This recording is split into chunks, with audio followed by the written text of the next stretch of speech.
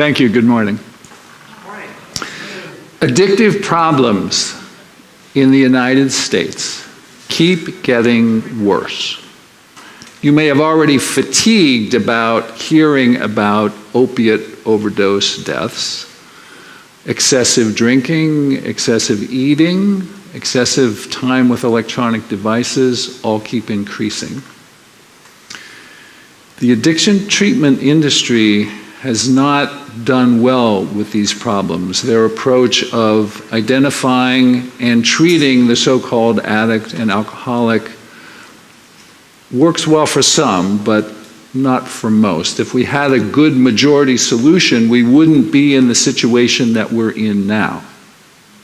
Ironically, one of the big success stories of the late 20th century is smoking.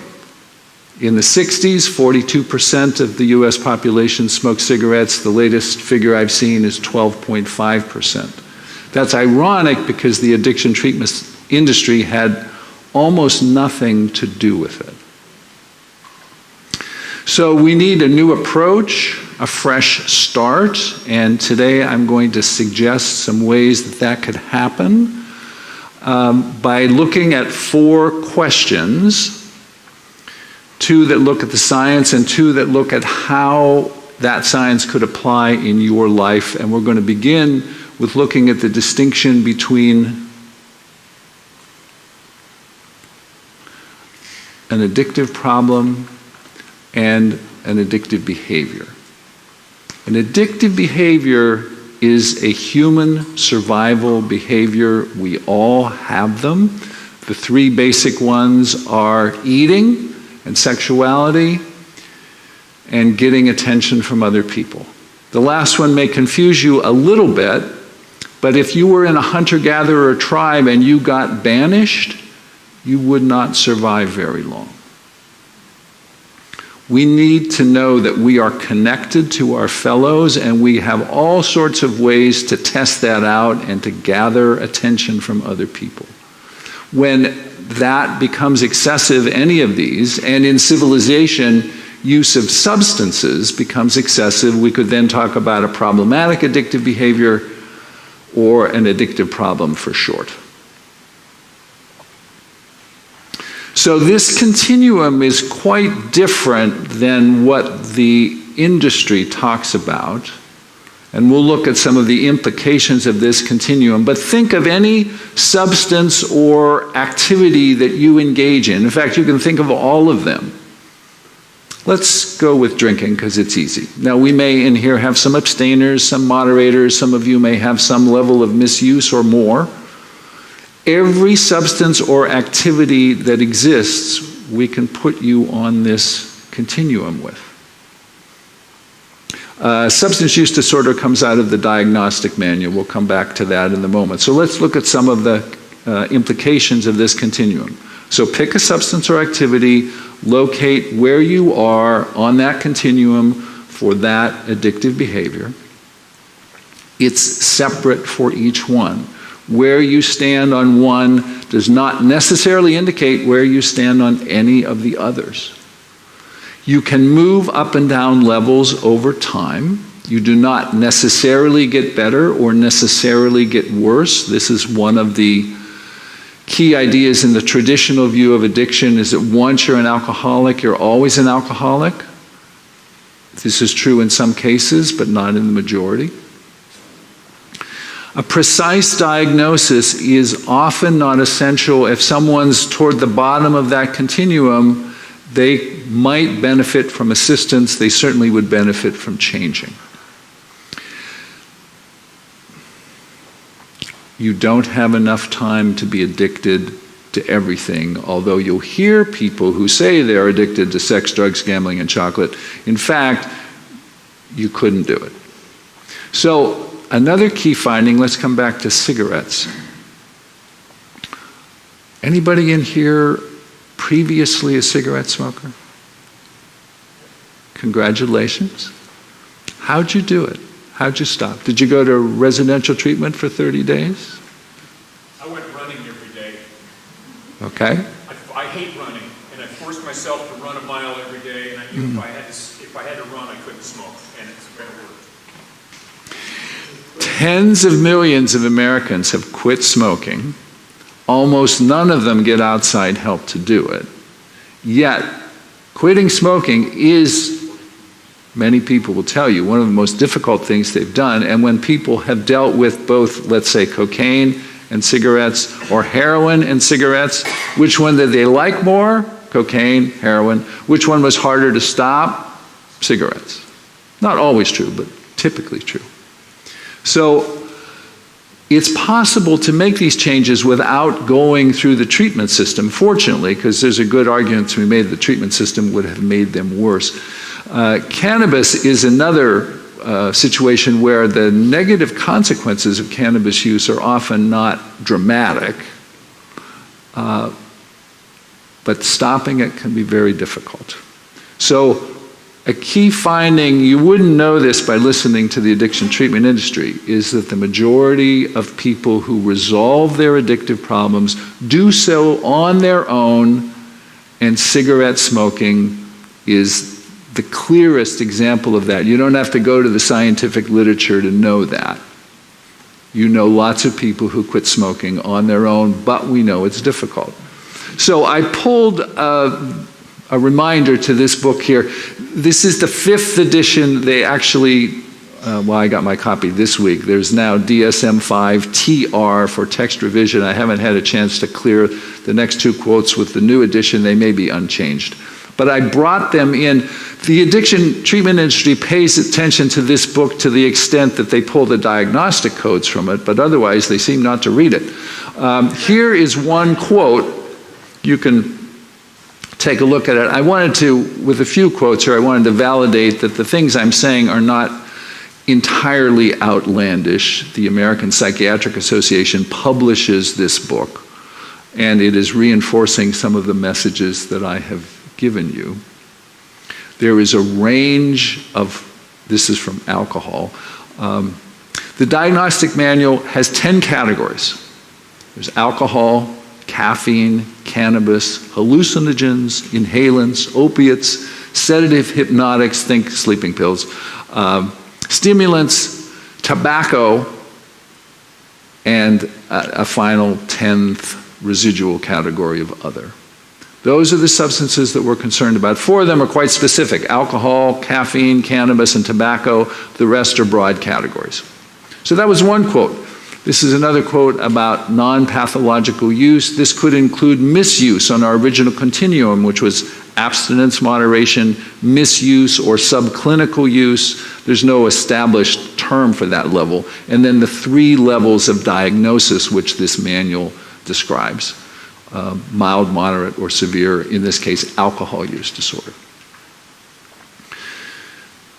Misuse means that the cost-benefit analysis is maybe fluctuating from time to time. By the time you get to the level of a diagnosis, you clearly have problems exceeding benefits. You haven't lost the benefits, that's why you keep doing it.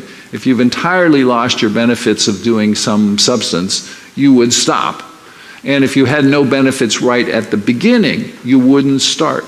Many of us probably have smoked dope once, tried coke once, and it made you paranoid, didn't do anything. It was not worth the effort, so we didn't continue.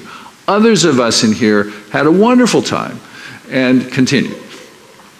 So the book I just showed you is about $125. I imagine you won't buy it. Dr. Warner will buy it, maybe some others, but this book is free.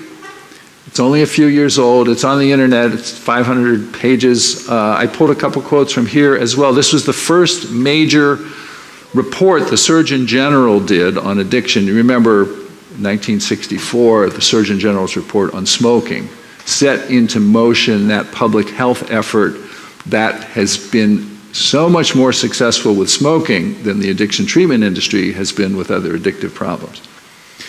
Many people who misuse substances do not meet diagnostic criteria. That's what we said in that original continuum. And this is the notion of being hopeless. You can move up and down that continuum. Your place there at any one time is not guaranteed.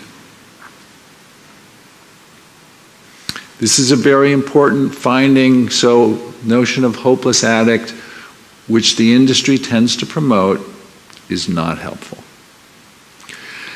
And the notion of not needing a lot of professional help is also true. Running, joining a bowling group, joining Sunday assembly, getting actively involved in something that particularly creates connections with other people, very valuable. So, this comes down to the idea that there are multiple pathways of change, and your job, if you have addictive problems, is to figure out what your pathway is, and a professional should help you figure out what that pathway might include. Now, this picture makes it look much simpler than it probably is. So that's the picture to keep in mind. Now, at the end of World War II in the Pacific, this is August 1945, the war is over. Communication isn't what it is now. We've got troops on islands, on ships. It takes a while to get the word out.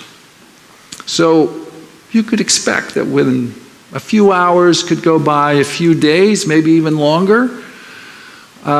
People didn't necessarily, the Japanese, surrender immediately. Does anybody know when the last 2 Japanese soldiers surrendered from World War II? 1973. In 2 different locations. I fear that the addiction treatment industry is going to be a bit like this. We'll see. So, how can you address these problems? Craving. You want something, when you desire it, over time you build up a strong set of desires. We call them cravings or urges. The 3 things to remember: they're going to go away. They will not harm you, and they will not make you do anything. Now, in preparation for your colonoscopy, you will be required to fast for about 36 hours. Some of us in this room have done this. You get very hungry towards the end of the first day. However, the good news is that your hunger will go away. You just have to wait it out. It's the strongest of the cravings. All the other ones, seconds, minutes, particularly after you've gotten a few weeks into it, they go away. You are not required to act on any craving, and when it occurs, you can stand back, metaphorically, and think, I don't have to do anything. I'm just going to think about this. While you're thinking about it, in this case, you can think about the value of having a good diagnostic test, and for others, the value of not getting intoxicated in a particular moment. Planning ahead for high-risk situations, you know what they are. Most of the time, your addictive behavior is not a problem. You don't have to think about it. It's only in some situations, get prepared for them. And rather than thinking in terms of seeking help, focus on making a decision to change, not a half-hearted decision, but a full-throated decision. I am going to do this, and now I will figure out how to do it. I will persist and solve problems as they arise, and I will have a vision for life without this problem, and that vision will carry me through. If you're trying to support other people, there's a million critical questions you could ask them. But if you could ask genuine, kind questions like, what do you like about drinking or using or overeating? And listen very attentively to the answers. It will be helpful to them and enlightening to you. You can ask about cravings. How often do they occur? How strong are they? How long do they last?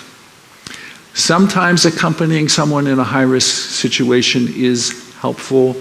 If they're looking for like-minded individuals, I will put in a plug for Smart Recovery. We have roughly 45 meetings a week in San Diego. It's a wonderful group of people. You're not required to participate. You can show up and just listen. I think of those groups as being for anybody because, as far as I'm concerned, we all have addictive problems. Okay, so this is our summary slide. I am suggesting to you that everyone has addictive problems and that food, sex, and the attention of others or attachment to others are the basic survival behaviors. There's not a whole lot else in life that motivates us. These are approach behaviors. Avoidance arises from disgust. Disgust drives more behavior than we may realize. We like to learn things, so we seek that out. This explains a lot of human behavior.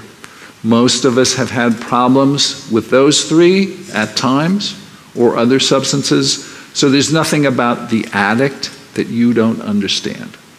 These problems lie on a continuum. I showed you that continuum. There's no spot where you can divide it and say this person's an addict and alcoholic and this one isn't.